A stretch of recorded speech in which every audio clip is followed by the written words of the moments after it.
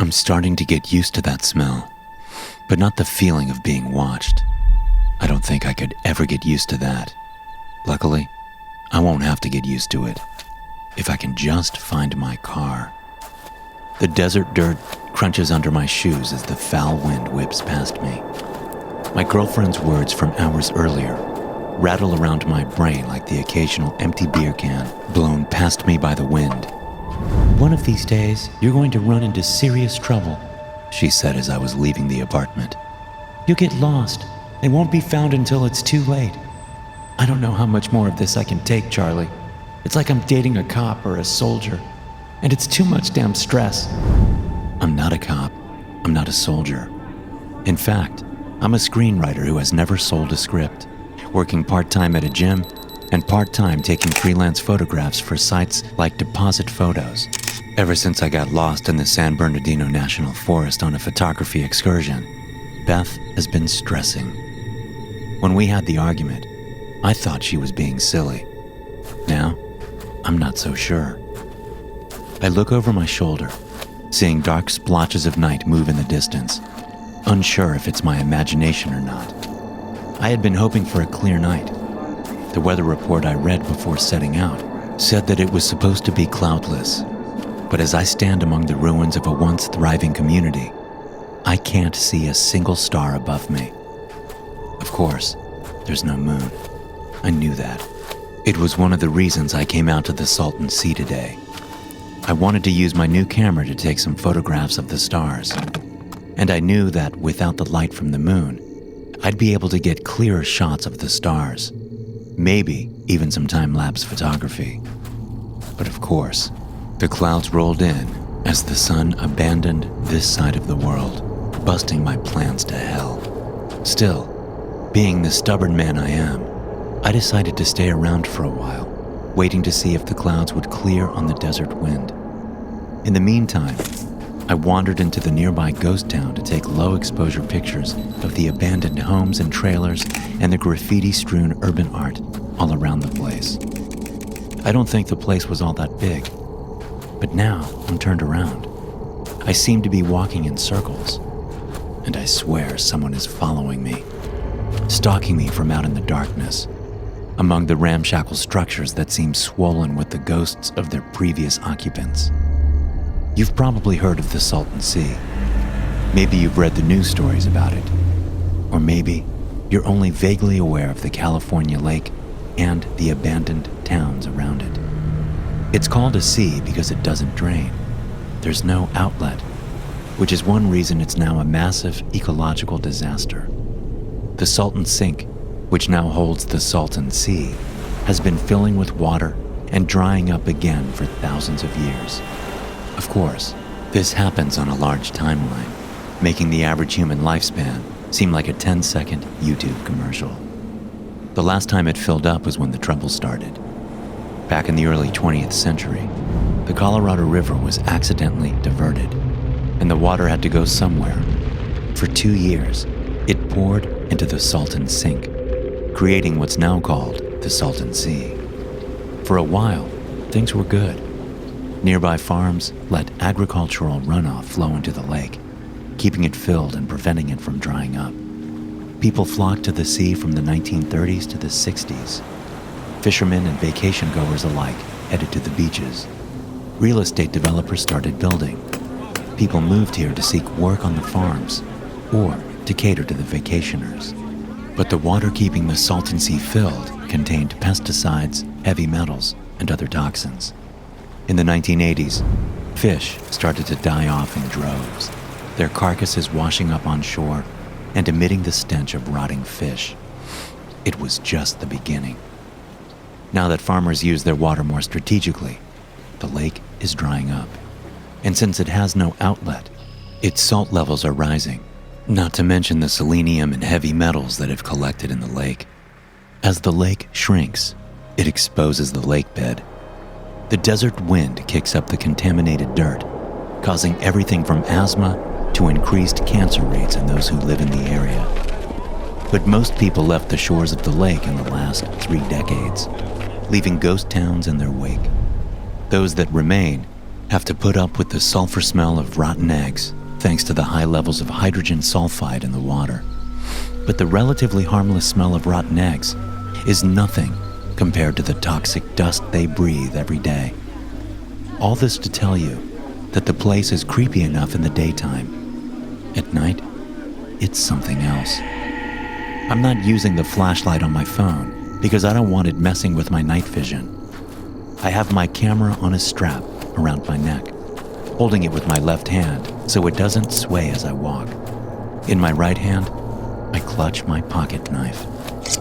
I want to think I'm overreacting, but every minute I don't find my car is another minute that increases this terrible feeling in my stomach. Most of the surrounding houses are single-story. None of them are occupied. None of them have windows, and most of them are missing doors. I walk in the middle of the road between the homes. The asphalt only shows in patches. Most of it has been covered in dirt brought in by the desert wind. Dirt that's sprinkled with toxins from the nearby lake.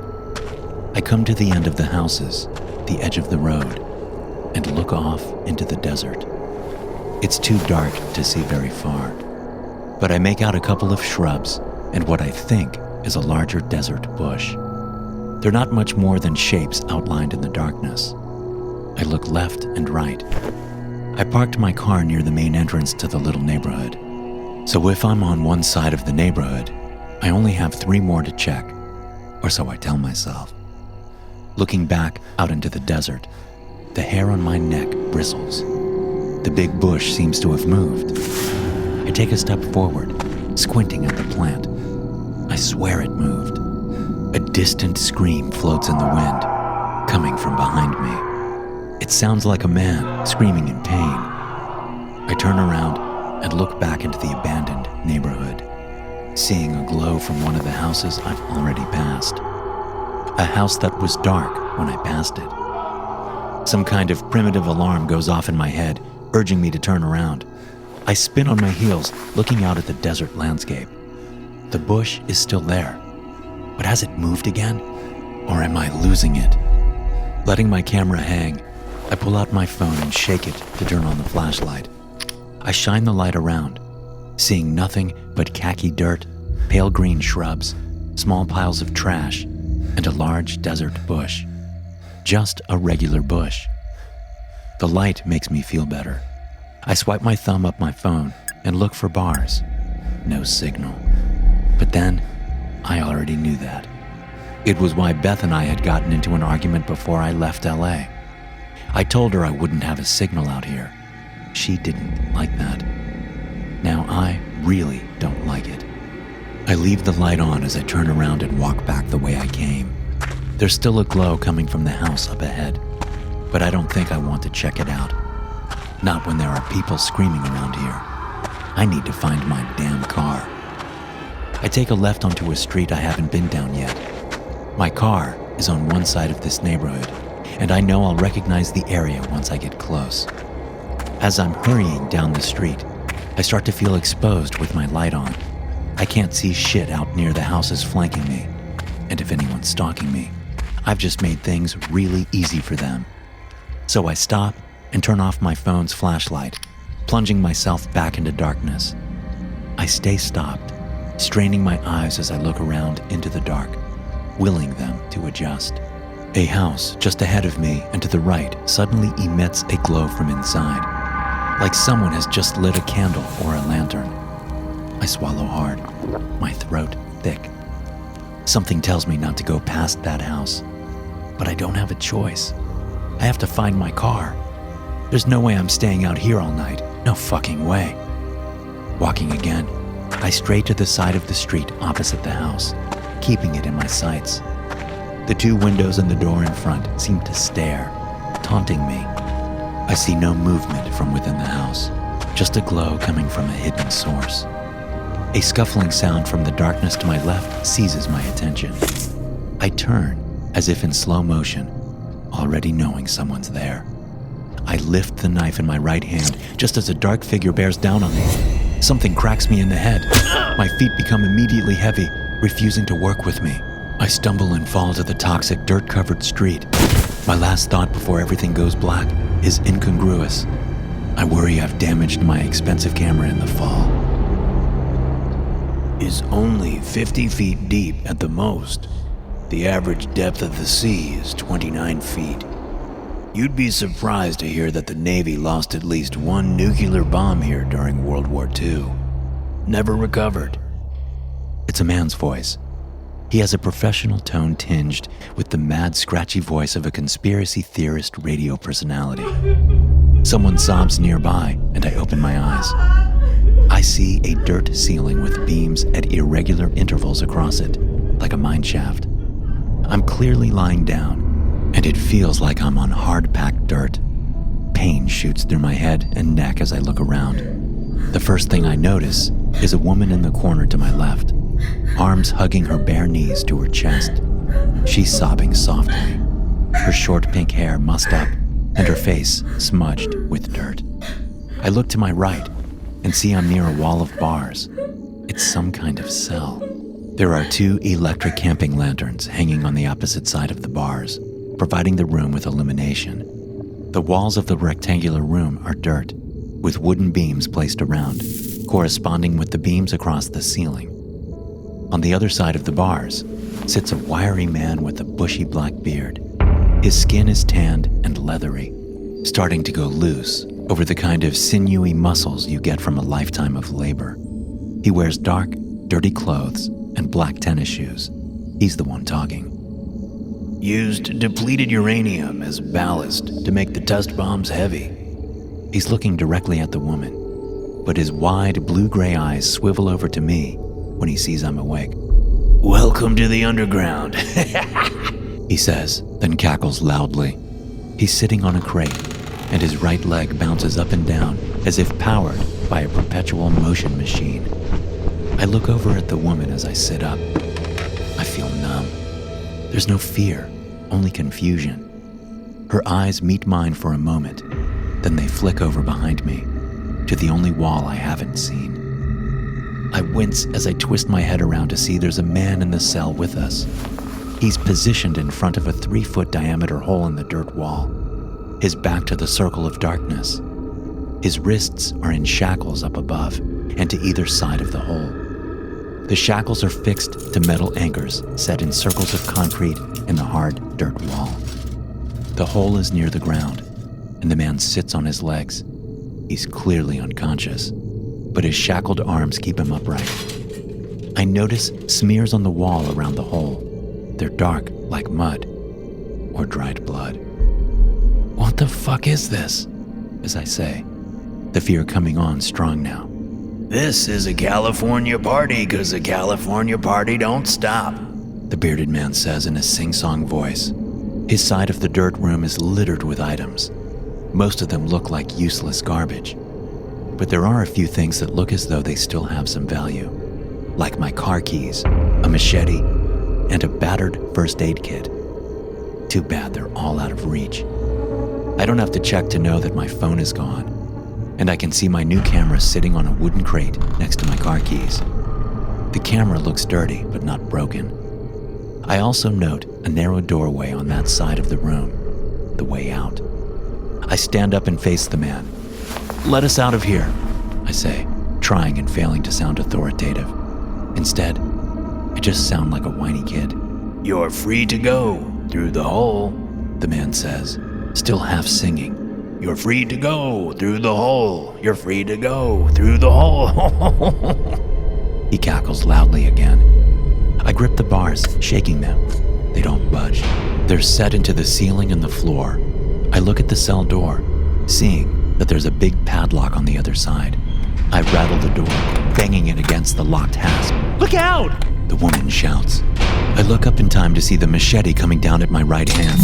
I yank the appendage back, but I'm not fast enough. The blade slices through my index and middle fingers. I pull my hand up, staring in shock at the nubs just beyond the top knuckles. It takes a moment for the blood to come, a moment in which I can see bone and muscle, my insides. Then the blood is there, pouring out. I grow lightheaded and stumble back, hitting the wall and sliding down to sit on the ground as I grip my 2 fingers with my other hand. The woman moves next to me. looking at the wounds with hazel eyes set in a petite and pretty face. She grips the hem of my t-shirt and tugs on it, trying to tear it. "It's okay," she whispers. "You're okay." I look blankly back at the bearded man. He has the tips of my fingers in one hand. He stares down at them, as if they hold all the secrets of the universe. Then he throws them underhand against a wall. When they come to rest, he shouts, "Sevens, I win!" "What the fuck is this?" I say in a drowsy voice, as the pink-haired woman rips a strip of my shirt away. "I don't know. My boyfriend and I were staying here in our camper van. Perry went out to take a leak, and when he came back, that guy was holding the machete to his neck. He told me if I didn't do what he wanted, he'd kill Perry. Then he blindfolded us and let us down here." "So you don't know where we are?" "No," she says, "but I think we went into a structure, maybe a house, and then down some wooden stairs." She wraps my fingers with the t-shirt as I look away and grit my teeth against the pain. She says her name's Delia. I tell her my name's Charlie. The man continues his ramblings as Delia finishes up the makeshift bandage. Then she moves over to her boyfriend and sits next to him, stroking his cheeks and asking him to wake up. He has close-cut black hair and tattoos on his pasty arms. He's wearing a black punk rock band t-shirt, black jeans, and Chuck Taylors. I lean my head back and think. Although it wouldn't be all that difficult to squeeze past her boyfriend, Perry, it's clear the bearded man wants us to go through the hole. Maybe he has some friends down there. Or there are traps or snakes. Whatever is through the hole, it won't be good. I realize that the man has stopped his incessant chatter. Opening my eyes, I see him standing near the bars, looking through at Perry. He's smiling, looking like a child on Christmas Eve. A sound like heavy breathing comes from the hole, getting louder and louder. Delia hears it, and she stops what she's doing, turning to look into the darkness behind her boyfriend. The bearded man moves over and turns off the lantern hanging from the ceiling nearest the hole, cutting the illumination in half and making it even harder to see into the hole behind Perry. "Get away from the hole," I say, getting to my feet. She doesn't move. Before I can say it again, 4 arms shoot out of the darkness and grab Perry's torso, each with 3 long, pale claws like that of a sloth. The skin on the stubby tri-fingered hands is bumpy and black with shades of dark blue. Another 2 arms emerge and grab Delia by her right arm and shoulder. She screams as the claws sink into her skin. Perry regains consciousness, screaming in pain as he's pulled back against the hole. But his hands are still shackled, and his arms are being pulled and stressed. I can hear his joints separating even over the screaming and the urgent, high-pitched growling sounds now coming from the hole. I move over and grab Delia's other arm, trying to yank her back with both hands, ignoring the pain in my fingers. As Perry's legs and lower torso are pulled into the hole, the 2 claws grabbing Delia let go, leaving behind deep gashes in her flesh. I stumble back, pulling her with me by her left arm. Perry is still screaming, pleading with his eyes for us to do something, anything. But there's nothing we can do. His right thumb dislocates, and his hand slips through the shackle. But the left shackle seems to be tighter. The unseen creatures continue pulling. His left shoulder pops out of its socket with a loud crunch. Then a hand shoots out from the darkness, the claws scraping along the shoulder joint, cutting through the stretched skin and muscle as blood sprays out. After a few moments of this, they yank his body down into the hole, leaving behind his severed arm, swinging from the shackle and streaming blood onto the ground. I look over at the bearded man, a wave of hate and revulsion hitting me as I see the look on his face and the bulge in his pants. He absently reaches down to his crotch with one hand, then he looks over at me, shamefaced. He scurries out the doorway, one hand still held to his crotch, no doubt headed to indulge himself. I look at Delia, who stares at the hole in the wall. At least she didn't see what I just saw. It's a small mercy. There's nothing I can say to her that would make what she just saw okay, so I don't even try. Instead, I move over to the bars and look for a pair of keys. The only keys I see are mine. Those won't help us get out of this cell. My keys, along with my camera and the machete, are on a small wooden crate some 5 feet from the bars. While none of the items will help us unlock the cell, they're better than nothing. The rest of the stuff on the ground is less than useless. It's mostly trash. I sit down and quickly pull both my shoes off. I then tie the shoelaces together at one end. I lift the chained shoes together, confident that I can reach the wooden crate with them. "What are you doing?" Delia says. "Just watch the hole. Tell me if they come back."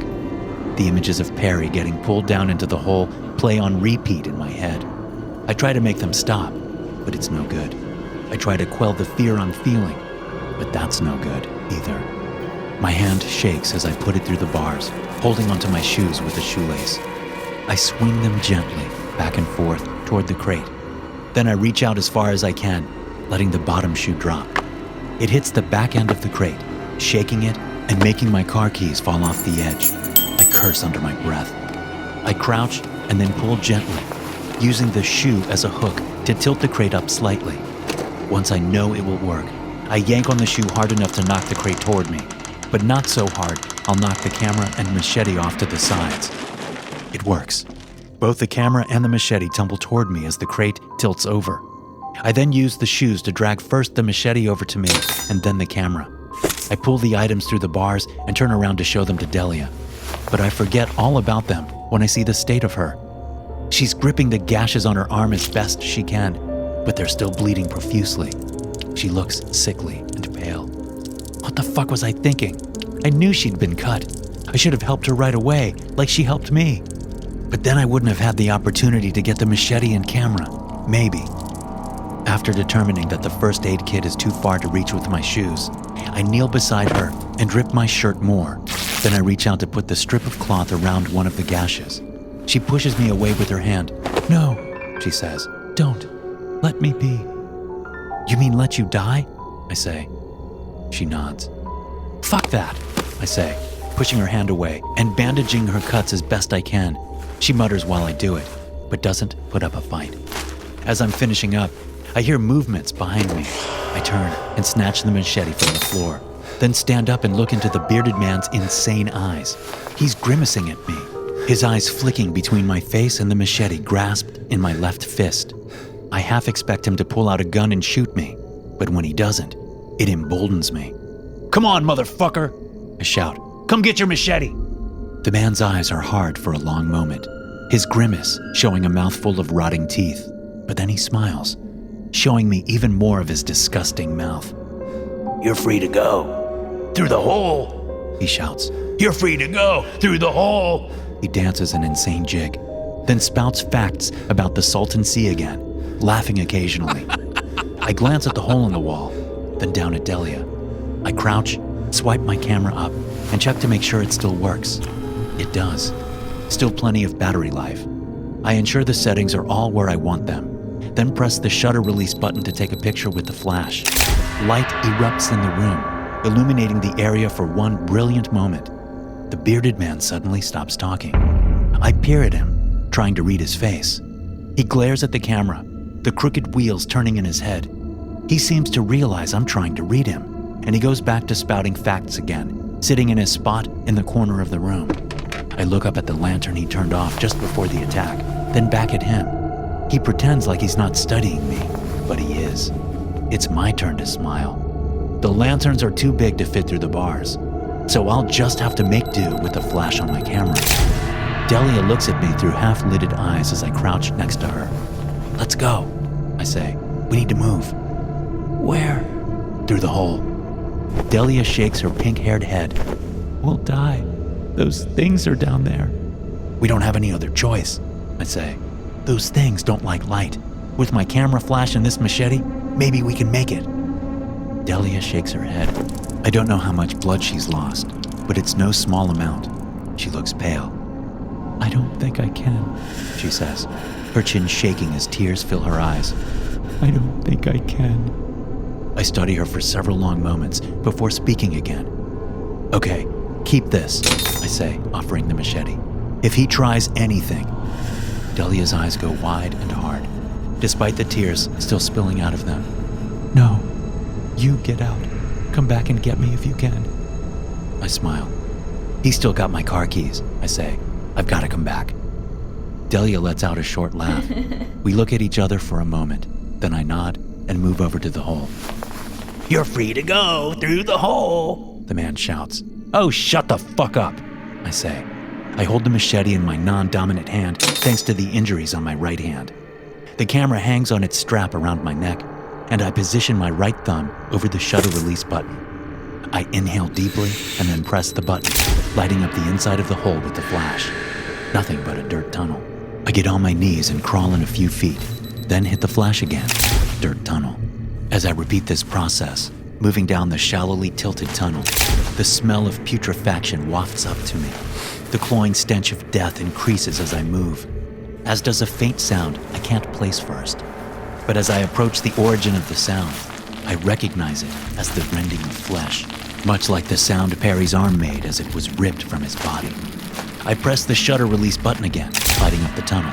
Something dark flashes past, not 5 yards ahead of me. I flinch back and hold up the machete.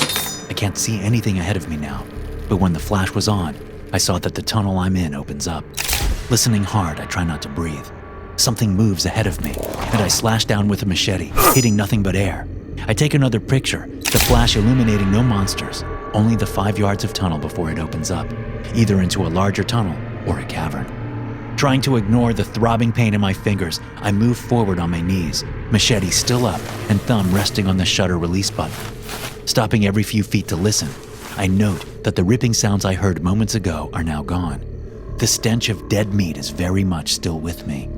When I think I've gone about 4 yards, I hit the button again.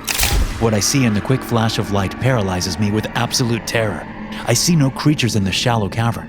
I only see the remnants of at least 4 people besides Perry, whose body has been ripped apart, pieces dragged to all sides of the vaguely square area. I also see other holes in the walls, presumably other tunnels. Pressing the button, I view the scene again, seeing the same things, but this time paying more attention to my immediate vicinity. Maneuvering out of the tunnel to stand in the dark, I take picture after picture, each time seeing a flash of movement just on the edge of the illumination in the other tunnels. I step over Perry's shredded leg, making my way to my left, toward a tunnel that looks like it's angled upwards. It takes my camera's flash 2 seconds to recharge, and I press the shutter release button every 2 seconds, shifting the camera around to keep the monsters at bay. I can sense them out there, creeping in as soon as the light is gone. As long as I can keep pressing the button, I might just make it out of here. Flashing into the tunnel, I see that it does, in fact, go up. For all I know, it goes back down again after a few yards, but it's worth a try. Turning around, I flash again, this time seeing a couple of them skitter back into tunnels. Fear thickens my throat and makes my breathing shallow. It looks like they each have 4 arms and 2 legs. They remind me of jumping spiders, the way they move and how they look. But they're the size of small humans, and there's something wrong with their faces.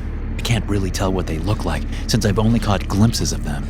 But they strike me as wrong, somehow in defiance of nature. I crawl into the tunnel and flash ahead of me. All clear. Then I flash behind. There's movement across the mouth of the tunnel, just a couple of feet behind me. Losing patience, I start to hurry. I flash ahead and behind again, seeing nothing ahead and dark figures just beyond the light behind. Confident that there aren't any of them ahead of me, I flash behind twice.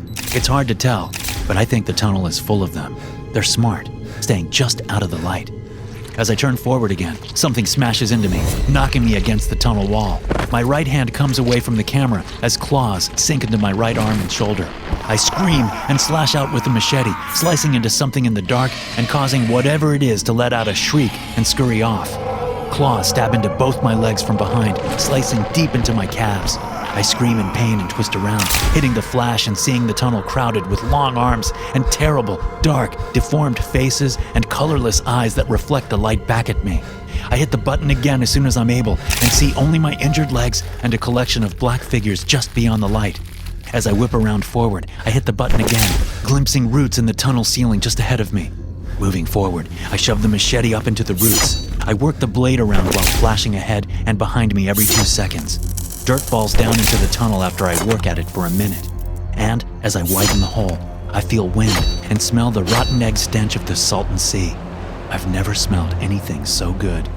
I keep up my flashing while widening the hole. My legs and right arm throb, and with each movement, I can feel the wounds gape, but I keep working. Soon, the hole is just big enough to fit me. I position myself under it, taking my time and keeping the creatures at bay with my camera. Then I flash behind me again and jump up as fast as I can, squirming through the hole without dropping the machete. I scramble away from the hole, but refrain from using the flash. The clouds have thinned, and there's enough starlight that I can see the vague hole in the desert floor I've just emerged from. I wait a minute or more, but none of the creatures venture out.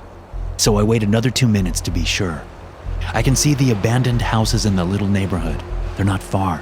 I limp over to them, trying to figure out where that underground room would be based on how I got out. I don't have the best sense of direction, but I determine that it's likely in the basement of one of the houses at the nearest edge of the neighborhood. So I decide to check them, one by one. The first one has no basement. Neither does the second one. The third one doesn't either. I don't know how much more I can do. I feel weak. But as I work my way around the outside, I see a shed in the backyard. I open the double doors quietly, looking into the dark shed. There's a rectangle of soft light in the floor in the middle of the 12 by 16 shed, but it doesn't immediately register with me what's causing it. Then, something obstructs one side of the rectangle, and it all clicks in my head. I backpedal as fast as I can with my injured legs. The shovel arcs down out of the darkness, the blade missing my face by an inch or two. Almost on reflex, I press the shutter release button on the camera, illuminating the bearded man as the shovel he's swinging finishes its arc. His eyes wrench shut against the bright light. I lunge forward, swinging the machete, his machete, down at his head.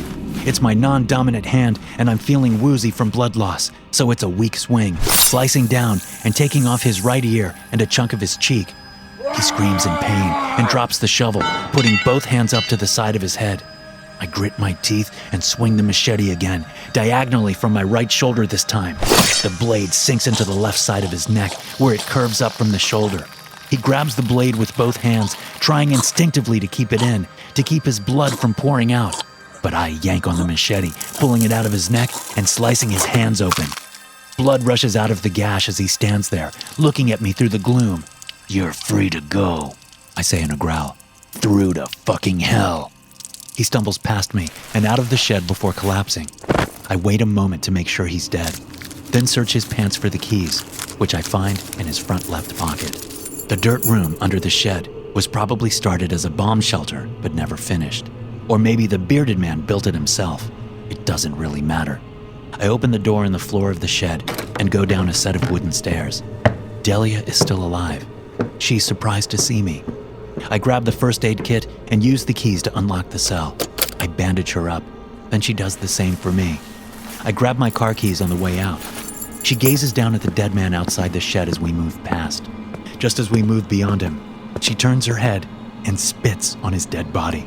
We help each other down the street, toward where I'm now sure my car is parked. The starlight makes all the difference.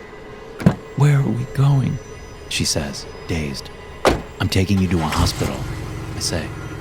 "What about you?"